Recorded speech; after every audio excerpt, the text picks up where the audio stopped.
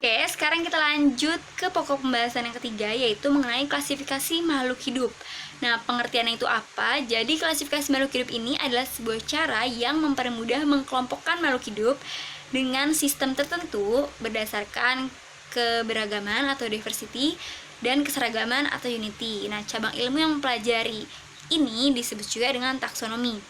Nah, anak-anak pasti pernah dengar nama-nama unik kayak contohnya Oryza sativa yang artinya padi, terus misalkan Felis catus yang artinya kucing, dan yang lain-lain.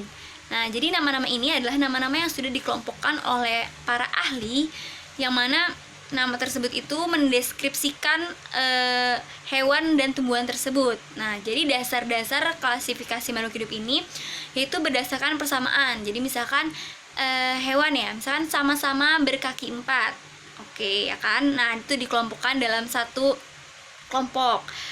Lalu berdasarkan perbedaan, tapi di kaki 4 ini ternyata ada 2 jenis. Misalnya ya, ada 2 jenis, misalnya ada yang pemakan tumbuhan atau herbivora dan juga pemakan daging atau karnivora. Nah, ini dua kelompok yang tadinya satu ini akhirnya dibedakan lagi menjadi 2 kelompok seperti itu.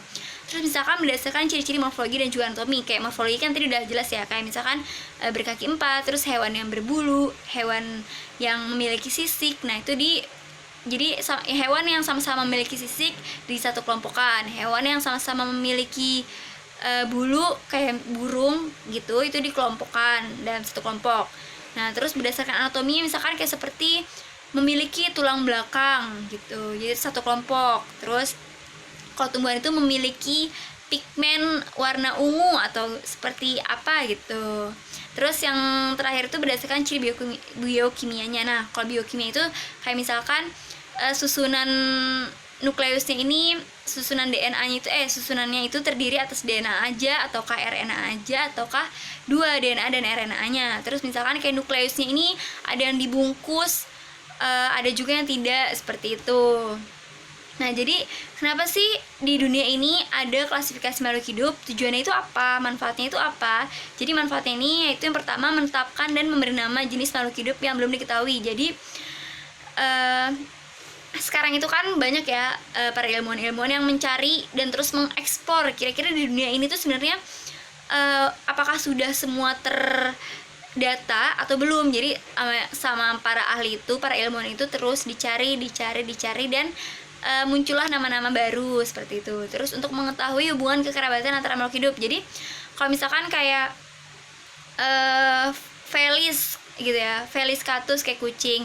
Nah, ini dia si kucing, hewan kucing ini memiliki kekerabatan dengan kayak harimau, terus macan, seperti itu. Walaupun mereka beda spesies, tetapi ternyata mereka mempunyai hubungan kekerabatan, punya hubungan saudara gitu.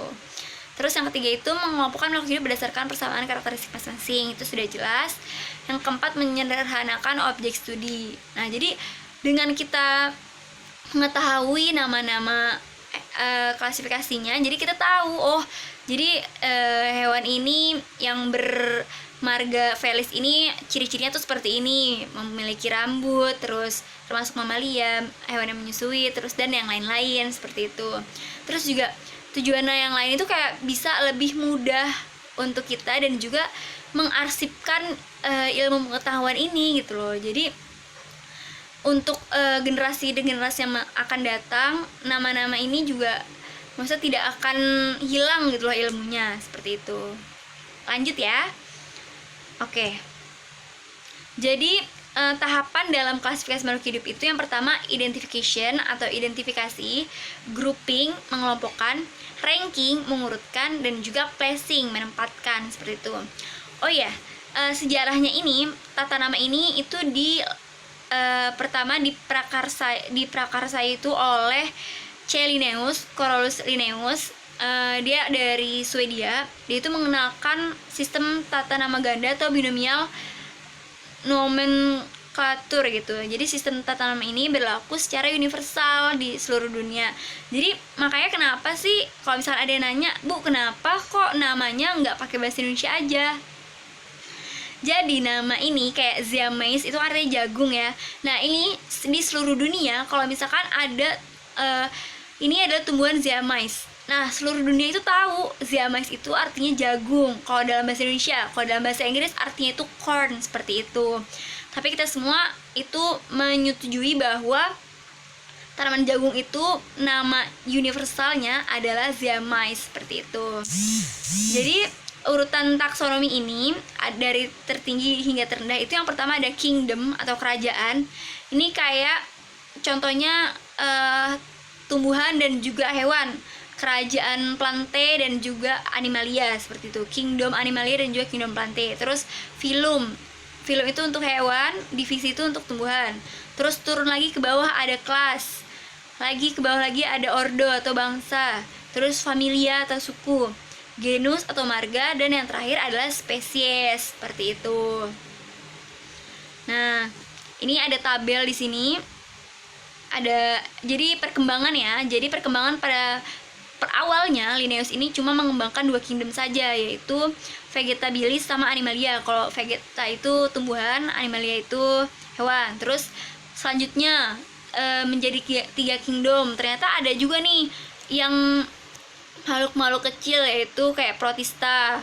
Terus baru namanya diubah menjadi Plante dan terus Animalia. Terus berkembang dan sampai saat ini yang terbaru itu ada, kalau tidak salah itu 7 ya, kalau ibu tidak salah. Coba kalian cross check lagi kebenarannya. Pokoknya tapi yang maksudnya yang umum itu 5 kingdom gitu. Tapi saat ini sudah berkembang. Coba anak-anak cari lagi, takutnya ibu salah gitu. Oke, selanjutnya sudah. Nah, selanjutnya ini adalah anak-anak harus mengeksplor lagi.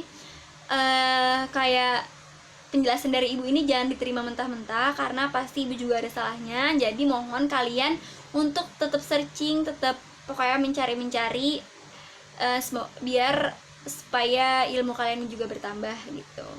Mungkin itu saja yang bisa ibu sampaikan. Kurang lebihnya mohon maaf apabila ada kesalahan. Oh ya, kalau misalkan ada yang ingin ditanyakan, langsung chat aja. Pokoknya langsung tanya gitu ya. Jangan sampai ragu-ragu, jangan sampai malu-malu gitu. Oke, itu aja dari ibu. Wassalamualaikum warahmatullahi wabarakatuh. Selamat belajar. Jangan lupa dieksplor lagi, oke? Sampai ketemu minggu depan. Dadah.